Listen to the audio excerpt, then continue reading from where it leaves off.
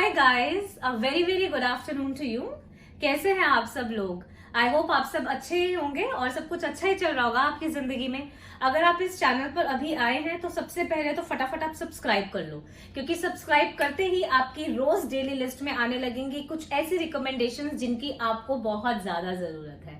इस particular video के through मैं आपको कुछ बहुत ही यूजफुल और इंटरेस्टिंग एक्सप्रेशन सिखाना चाहती हूँ, और ताकि आप आने वाली वीडियोस ना मिस करें तो बिल्कुल बिगिनिंग में मैं आपको कहना चाहूंगी कि यहीं पे पॉज कर पहले सब्सक्राइब जरूर कर लीजिए।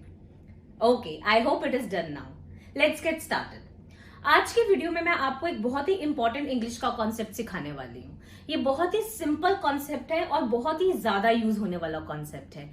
किसी भी इंसान को अगर हमने इंस्ट्रक्शन देनी हो, कमांड देनी हो, या एक पोलाइट रिक्वेस्ट करनी हो, या एक सलाह देनी हो, इन सभी के सभी कॉन्टेक्स्ट्स में ये जो सिंपल सा स्ट्रक्चर मैं आपको अभी बताने वाली हूँ वो यूज हो सकता है। आई एम श्योर कि ये स्ट्रक्चर आप लोग या तो जानते होंगे या जरूर सुनते होंगे अपने आसपास, मगर थोड़ी सी कंफ्यूजन शायद होगी इस बात को लेकर कि इसे यूज कहाँ कहाँ कर सकते हैं। तो इस पर्टिकुलर वीडियो को आप प्लीज पूरा देखिएगा, क्योंकि इस वीडियो के एंड तक आपका ये डाउट जरूर क्लियर हो जाएगा। सबसे पहले समझते हैं कि इस टॉपिक को अंग्रेजी में कहा क्या जाता है। इस टॉपिक को, इस कॉन्सेप्ट को हम बोलते हैं इम्पेरेटिव सेंटेंसेस। इम्पेरेटिव सेंटेंसेस में हम उन वाक्यों की बात करते हैं जिनके थ्रू हम किसी को दिशा निर्देश, सलाह, मशवरा या किसी भी प्रकार का ऑर्डर या कमांड दे सकते हैं। तो एक एग्जाम्पल के थ्रू मैं आपको समझाती हूँ। फॉर एग्जाम्पल, अगर मुझे ये बोलना है कि मुझे खाना खाने दो, या मुझे बैठने दो, या मुझे सोने दो, मुझे पढ़ाने दो, मुझे अपना काम करने दो, तो इस पर्टिकुलर चीज को इंग्लिश में बोलने के लिए हम स्ट्रक्चर यूज करते हैं इम्पेरेटिव सेंटेंसेस का।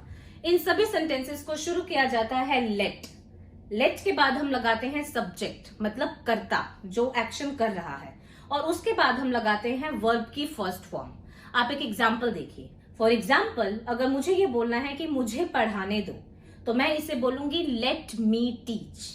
तो late plus I am doing this particular thing, so I am the subject. Let me, और इसमें एक्शन कौन सा है? पढ़ाने का। उसकी अंग्रेजी क्या होती है? Teach. So let me teach। इसका हिंदी में जो अनुवाद बनेगा वो होगा कि मुझे पढ़ाने दो। अगर आपको नींद आ रही है और आपकी मम्मी या आपका भाई आपको जबरदस्ती जगा रहा है, तो आप गुस्से में उनको बोल सकते हैं let me sleep। It means मुझे सोने दो। तो आप अपनी टोन को चेंज कर इसे रिक्वेस्ट या कमांड में अपने अनुसार जो है चेंज कर सकते हैं। इसी तरीके से कुछ और एग्जांपल्स हो। अगर हमें ये बोलना हो कि मुझे बाहर बैठने दो, तो लेट मी सिट आउटसाइड। और अगर मुझे ये बोलना हो कि मुझे पियानो सीखने दो, तो लेट मी लर्न पियानो। तो इसी तरीके से हम इस पर्टिकुलर स्ट्रक्चर को लेट से शुरू करते हैं और एंड में जाकर जो एक्शन हम करना चाह रहे हैं उस पर हम खत्म कर सकते हैं। आई एम श्योर आप ऐसे बहुत सारे एग्जाम्पल्स अपने आप भी बना सकते हैं। अगर इसके और उदाहरण मैं आपको देना चाहूं तो मैं ऐसे बोल सकती हूँ कि let me learn French, let me learn German, late me go abroad, let me learn this particular skill. तो किसी भी स्किल के लिए भी आप ये यूज कर सकते हैं। तो गाइज, अभी तक जो मैंने आपको एग्जाम्पल्स बताए हैं वो काफी हद तक एक इंस्ट्रक्शन, कमांड की अथॉरिटी के हिसाब से बताए हैं।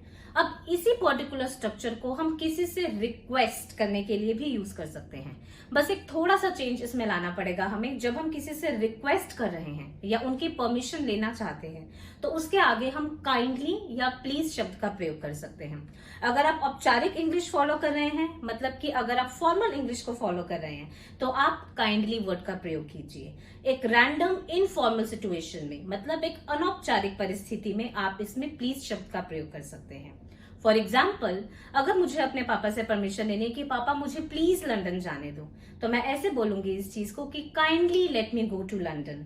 और अगर मुझे अपने मामा से परमिशन मांगनी है कि प्लीज मुझे अपना यूट्यूब चैनल शुरू करने दो, तो मैं इसे ऐसे बोलूंगी please let me start my YouTube channel. तो इस तरीके से मैं इसी पर्टिकुलर स्ट्रक्चर को command as well as request के लिए भी यूज कर सकती हूँ। तो गाइज, जितने भी एग्जाम्पल्स मैंने आपको अभी तक दिए हैं वो सिर्फ अपने ऊपर एप्लीकेबल करने के हिसाब से दिए हैं। जैसे कि मैंने इसमें केवल मी का प्रयोग किया है कि लेट मी स्लीप, और लेट मी टीच, और let me go to America. But अगर मुझे किसी और के लिए रिक्वेस्ट करनी है या किसी और के लिए कमांड रिसीव करनी है, तो हम किस प्रकार से इस सेंटेंस को बना सकते हैं, चलिए इसे भी सीखते हैं। मैं ऐसे बोल सकती हूँ, अगर मुझे अपने भाई के लिए परमिशन मांगनी है कि प्लीज उसे अमेरिका जाने दो, तो मैं बोलूंगी let him go to America. और अगर मुझे अपनी सिस्टर के लिए कोई रिक्वेस्ट अप्रूव करवानी है तो मैं ऐसे बोल सकती हूँ, let her go to America.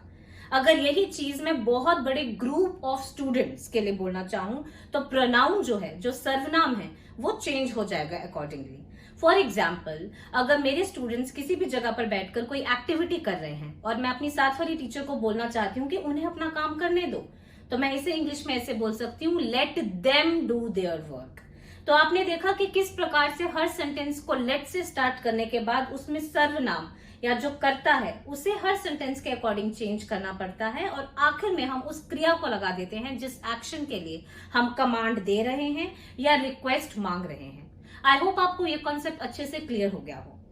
इस मोमेंट पर पॉज कर मैं क्विकली इस चीज को रिपीट करना चाहूंगी कि जो स्ट्रक्चर हम पढ़ रहे हैं उसे अंग्रेजी में कहते हैं इंपेरेटिव सेंटेंसेस। इस स्ट्रक्चर को हम किसी से रिक्वेस्ट मांगने के लिए, किसी को कमांड देने के लिए या किसी को सलाह देने के लिए यूज कर सकते हैं। अब अगर हमें इन्हीं सेंटेंसेस को नेगेटिव में कन्वर्ट करना हो या नेगेटिव में चेंज करना हो तो उसके लिए बहुत ही सिंपल से टिप है। इन सेंटेंसेस में हम डोंट का प्रयोग कर सकते हैं। फॉर एग्जाम्पल, अगर मुझे बोलना है कि उसे अंदर मत आने देना, ये एक कमांड है, मैं चाहती हूं कि वो इंसान अंदर ना आए, तो मैं किस तरीके से सेंटेंस को बनाऊंगी, don't let him come inside. तो मैंने इस सेंटेंस में क्या चेंज किया, मैंने सिर्फ लेट के आगे डोंट लगा दिया। अब इसी तरीके से अगर मुझे कमांड देनी हो किसी को और अगर हम लेट को निकाल दें तो बहुत स्ट्रॉन्ग कमांड बन जाएगी, जैसे don't smoke here, don't stare at me, don't touch my phone. तो ये जो है एक बहुत ही स्ट्रॉन्ग कमांड है कि ये करना मत, बिल्कुल भी मेरा फोन बिल्कुल मत छूना, don't touch my phone, don't disturb me. तो आप देख सकते हैं कि इन्हीं सब एग्जाम्पल्स को हम बहुत ही स्ट्रॉन्ग कमांड के लिए भी यूज कर सकते हैं। आई होप ये पर्टिकुलर कॉन्सेप्ट आपको क्लियर हो गया हो। आप एग्जाम्पल्स को देख सकते हैं काफी सारे ग्रामर वेबसाइट्स पर जो बहुत इजीली अवेलेबल हैं, बट मोटे मोटे तौर पर आपको सिर्फ अभी फिलहाल ये समझना जरूरी है कि इस स्ट्रक्चर को हम रिक्वेस्ट, कमांड या सजेशन देने के लिए यूज कर सकते हैं। आई होप ये कंसेप्ट आपको क्लियर है, और अगर आपको इसमें और इनपुट्स चाहिए तो you can let me know in the comment section. I can make another part of the same video. Till then ध्यान रखिए और फॉलो करते रहिए इंग्लिश विद ASS को।